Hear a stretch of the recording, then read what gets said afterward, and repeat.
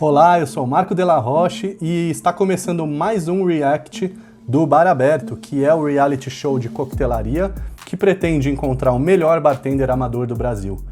Estamos já no meio da temporada e vale dizer que o programa já deu mais do que certo. Vale lembrar que ele passa na Band de quinta-feira às 11h30 e você deve acompanhar porque tem muita coisa legal passando lá. Nesse episódio, a gente vai falar sobre 3 principais coisas. Então vou dar um resumo para vocês. Primeiro, os drinks têm gênero ou não têm gênero? Segundo, a falácia do reverse vesper. E terceiro, a romantização de um relacionamento abusivo. Tudo isso é unicamente e exclusivamente baseado no que a gente está vendo no episódio. A gente não está se atendo aos bastidores e nem a qualquer outra informação. Então é tudo que você pode checar na própria página do YouTube da Bandeirantes, que eles estão passando o programa. Mas antes eu vou pedir para vocês darem um like aqui, comentar e compartilhar para quem vocês acham que deveria receber o que eu vou falar aqui. Nesse episódio a gente teve 2 convidadas que julgaram as receitas. A primeira foi a Adriana Pino. Vem pra cá, Adriana Pino!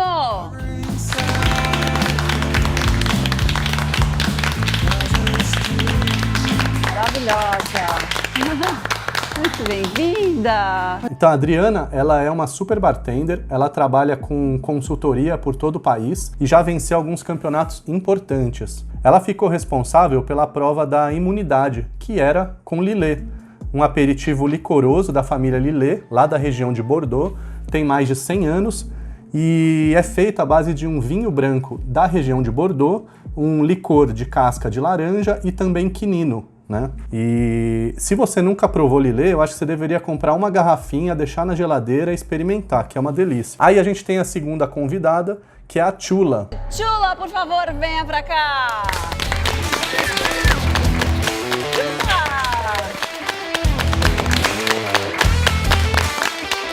Chula, muito bem-vinda ao nosso programa, obrigada por estar aqui com a gente. Então a Chula, ela é atriz e bartender argentina. Ela trabalhou por um bom tempo no Floreria Atlântico, que é um renomadíssimo bar da Argentina, e hoje ela é chefe de bar do Bar dos Arcos, em São Paulo. Ela ficou responsável pela prova de eliminação com o Ramazotti, que é um licor amargo que traz 33 ingredientes na composição, e o desafio era fazer Ramazotti com frutas. Eu queria dizer que é muito legal ver quantas mulheres poderosas e bem-sucedidas estão participando de todos os episódios, tá? Muito legal. Aí a gente vai entrar no primeiro ponto do episódio, que é o coquetel não binário. Vamos dar uma olhadinha aqui, ó. Qual é o gênero do seu drink? Ele é não binário. Olha! Vamos ver, então. Muito que bem! Bom, gente, assim, é óbvio que eu não sou especialista em identidade de gênero, eu sou apenas um homem branco, hétero, cis, e que tá tentando ser um pouquinho menos trouxa nesse mundo, né? Mas o que aconteceu ali, na minha interpretação, foi uma coisa muito bonita. A gente estava vendo 2 pessoas que se encontram nesse momento, nessa luta, né, que é da não normatização do gênero entre masculino e feminino. Elas estavam ali quase que numa celebração desse momento, que é você estar em rede aberta, rede nacional, deixando registrado que sim, a voz que eles possuem tem espaço e vai ser cada vez mais ouvida. Então acho que aqueles poucos segundos que se passaram é uma grande vitória nesse mundo transfóbico que a gente vive até hoje, infelizmente. É preciso lembrar que por conta de preconceito e ódio, o Brasil é o país que mais mata travestis e pessoas trans em todo o mundo. E isso é inaceitável. Agora, a gente precisa lembrar que além do que aconteceu, tecnicamente não existe coquetel não binário, assim como não existe coquetel masculino e feminino, que a gente ouviu anos e anos e anos nos bares sendo dito que esse é um coquetel mais feminino, ou esse é um drink de menina.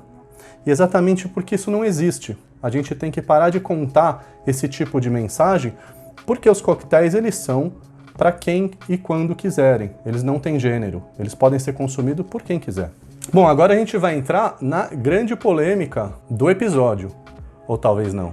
Basicamente, o que foi pedido por competidor Lúcio foi uma coisa, o que foi entregue pelo Lúcio foi a mesma coisa e foi julgado de maneira diferente. É disso que a gente vai falar, simples assim. Se você concorda com o que eu vou trazer para vocês, deixa um comentário aqui, por gentileza. Se você não concorda, se você vê coisas além do que eu estou trazendo, por favor, compartilha com a gente. Aqui é um espaço para a gente compartilhar, conversar sobre coquetelaria, conversar sobre o que está acontecendo nos bares, e é bem-vindo o seu comentário, tá bom? Bom, o assunto é Reverse Vesper. Foi pedido em uma prova um Reverse Vesper para o Lúcio e na outra prova o Lille Vive para Érica. E aí a gente tem que ir primeiro organizar essa ideia, né? O que é um Vesper? Vamos lembrar disso? Olha só, é um drink que foi criado pelo Ian Fleming para o livro Cassino Royale de 1953, que reza a lenda, porém há refutações muito relevantes do Gifford's Guide, pelo Simon Gifford, dizendo que essa história do Bar Duke's de Londres não é tão verdadeira assim. Mas que o Ian Fleming teria sido atendido pelo bartender italiano Gilberto Preti, tá? Existe a possibilidade de que o Gilberto Preti não trabalhasse no período que o Ian Fleming frequentou esse bar. E o Gilberto Preti teria entregue um Dry Martini, teria sugerido um Dry Martini para o Ian Fleming e o Ian Fleming resolveu dar personalidade ao drink. Então ele adicionou a vodka e ele trocou o vermute pelo Quina Lillet, que era uma bebida que tinha na época. Hoje a gente tem um similar, que é o Lillet Blanc, que a gente já falou um pouquinho mais pra frente. E para dar um toque pessoal, ele trocou a técnica, sendo um coquetel batido e não mexido.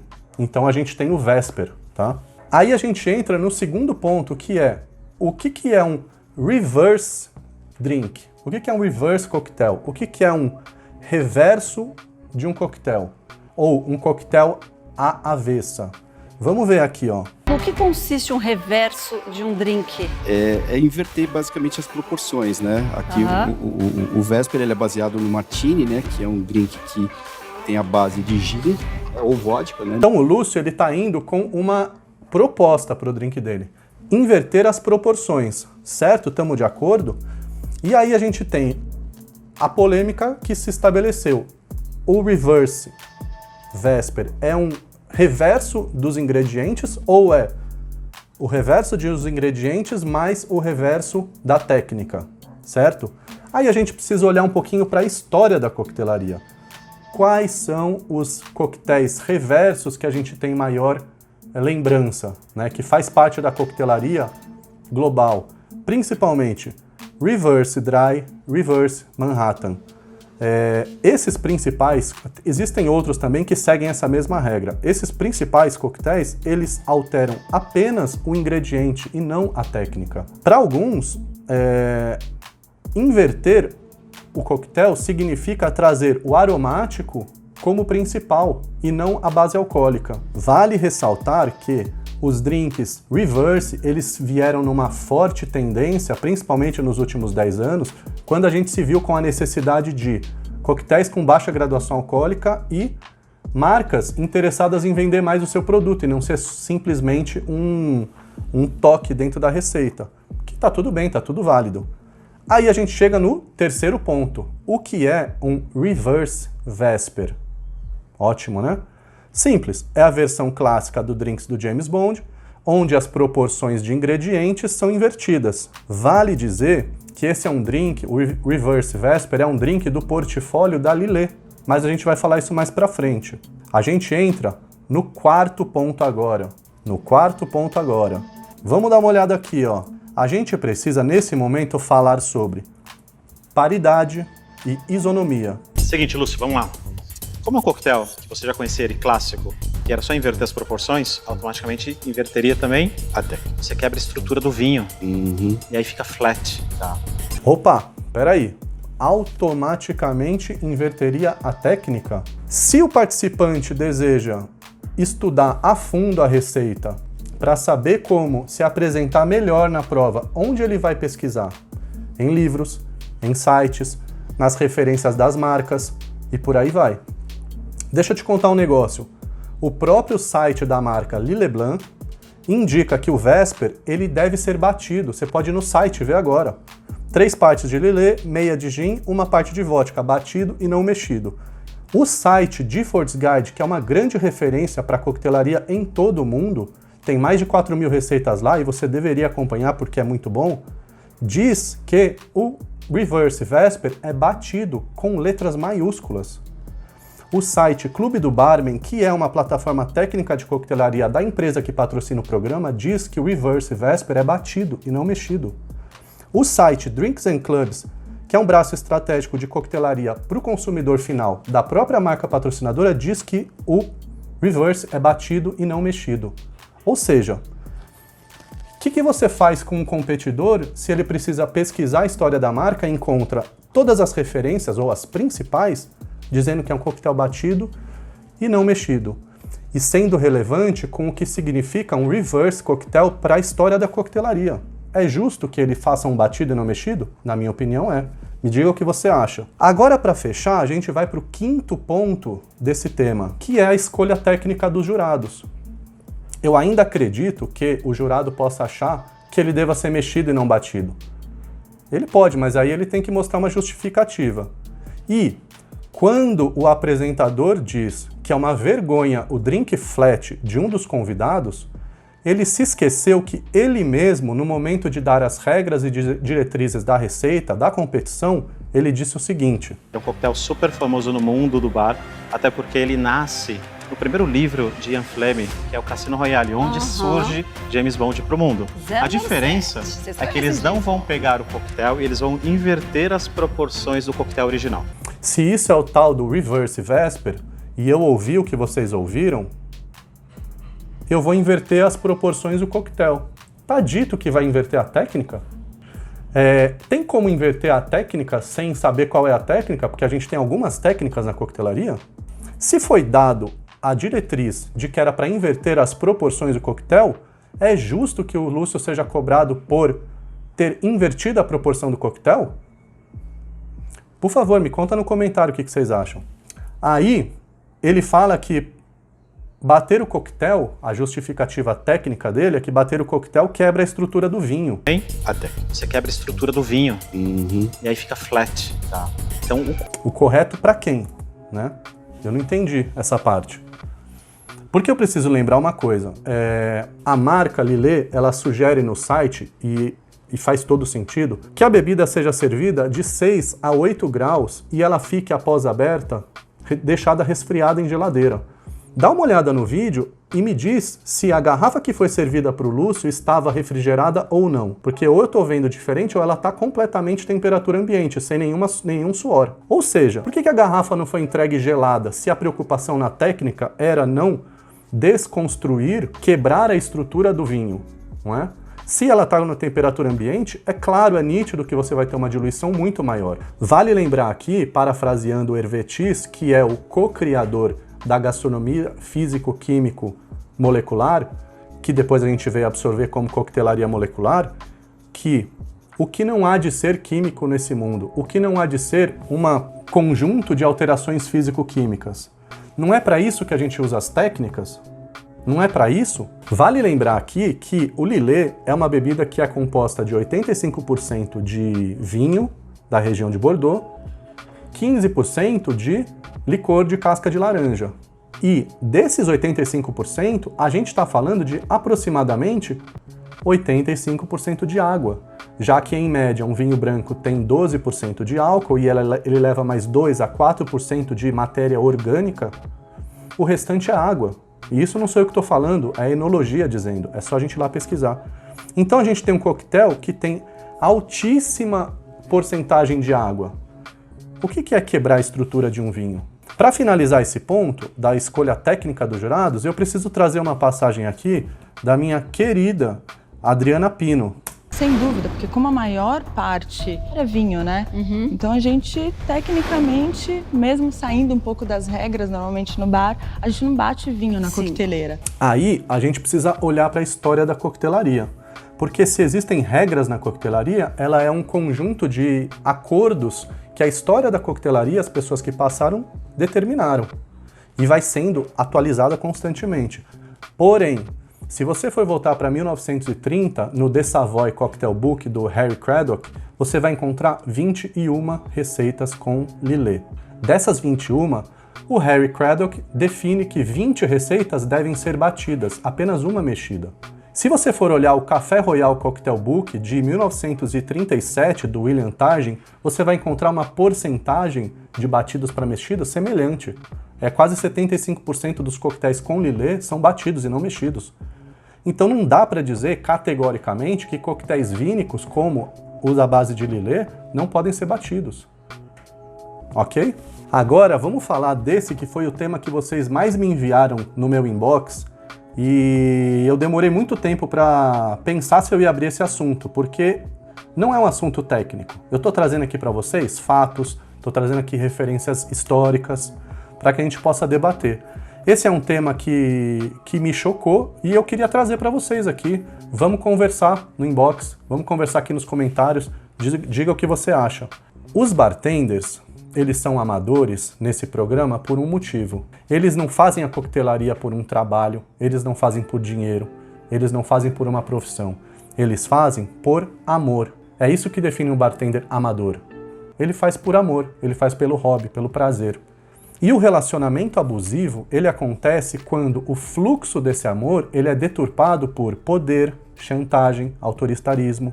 E a gente vai falar sobre isso agora. O abuso psicológico ocorre quando uma pessoa no relacionamento tenta controlar a outra, manipulando a percepção que ela tem sobre si mesma, distorcendo o seu senso de realidade. O relacionamento abusivo no campo profissional é a humilhação que os abusados sofrem no local de trabalho. Pode ser uma bronca desproporcional, sem contexto, ou uma ameaça ou qualquer tipo de constrangimento. Não sou eu aqui que vai romantizar um tipo de relação abusiva. Cada um que passa o pano onde e quando quiser. Além disso, eu queria dizer também que a maioria dos abusadores psicológicos são capazes de convencer a vítima de que ela é culpada pela agressão que ela sofreu, de que ela é responsável pelo que aconteceu com ela.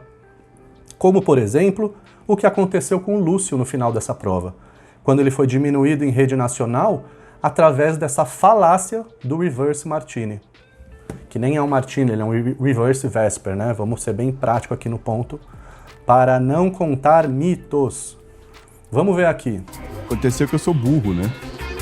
Eu fiz coisa que eu sabia e fiz coisa errada, então isso me deixa muito pé da vida. Ô Lúcio, eu queria te contar uma coisa, meu caro. Você não é nada burro. Você é um cara super inteligente, você quase ganhou o MasterChef. Você não merecia ter sido colocado nessa situação por conta de uma falácia. Eu queria deixar bem claro aqui, você fez o que tinha que fazer. A história da coquetelaria diz assim: a pesquisa completa que você deve ter feito, se fez, porque se não fez, você acertou por sorte. Mas se fez, você acertou por mérito. Você não tem nada de burro, tá bom? Agora, dá uma olhada aqui com o que aconteceu com o Zen, que pra mim ele foi psicologicamente triturado nesse episódio. Quem conhece a alegria do Zen dos outros episódios viu como ele saiu desse. Dá uma olhada aqui. Curioso.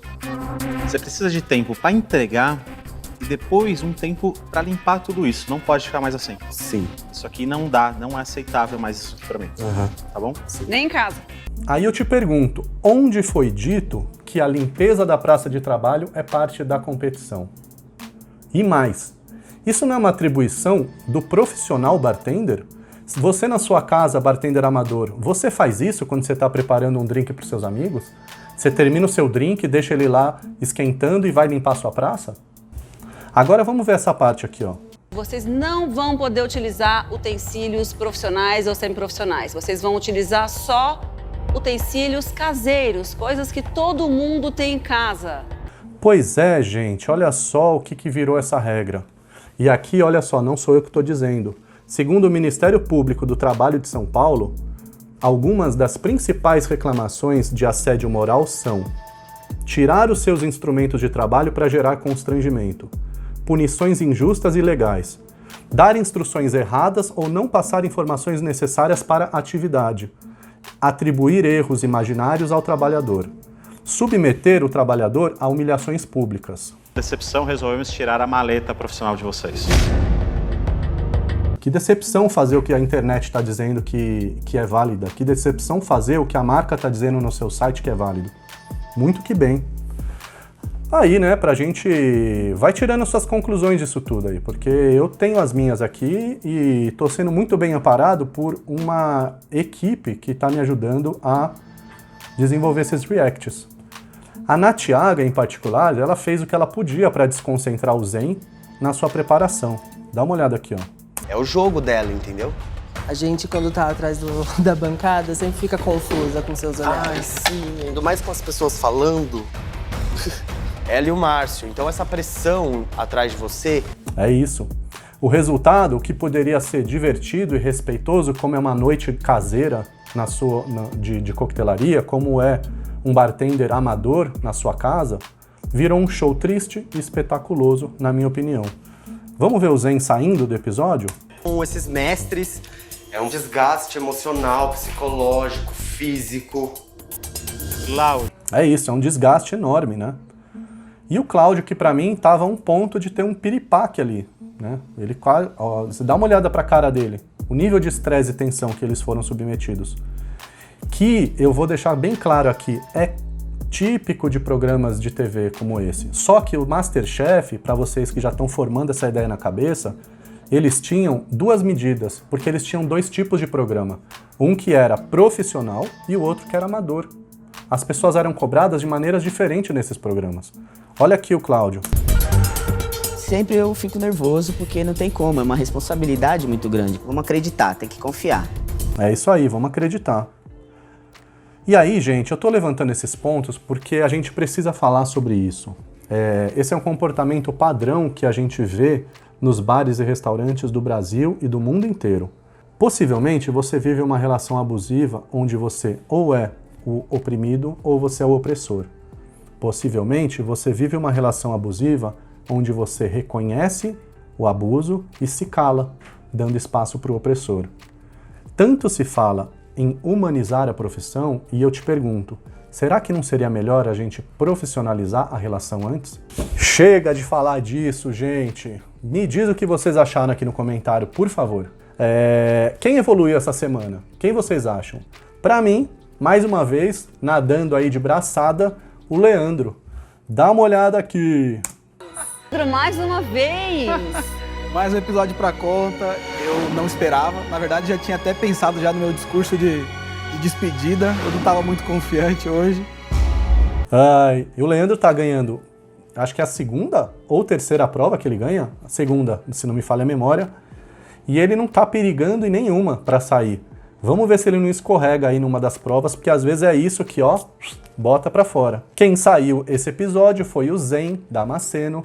Logo, prova que eu já perdi um dos meus favoritos a ganhar o programa, que ele estava nessa lista, mas eu acho que ele saiu com justiça. Por quê? Não vale a gente pegar os episódios anteriores e colocar na conta desse episódio. Cada episódio é uma estratégia diferente, pode te colocar para fora. Nesse, ele tinha a prova da Chula, que era usar o Ramazotti com frutas e com uma memória da Itália.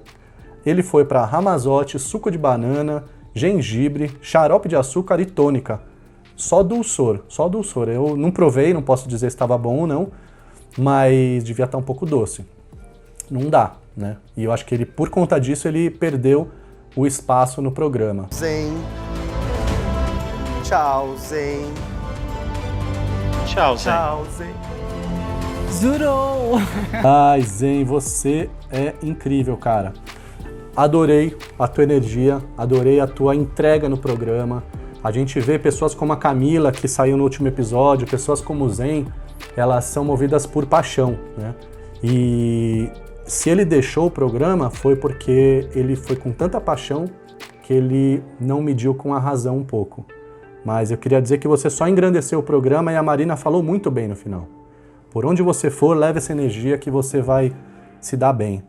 Então é isso, queria agradecer vocês por assistirem mais um React aqui. Não se esqueça de se inscrever nesse canal, não se esqueça de dar um like, compartilhar para quem você acha que tem que receber esse recado e a gente se vê na semana que vem. Obrigado!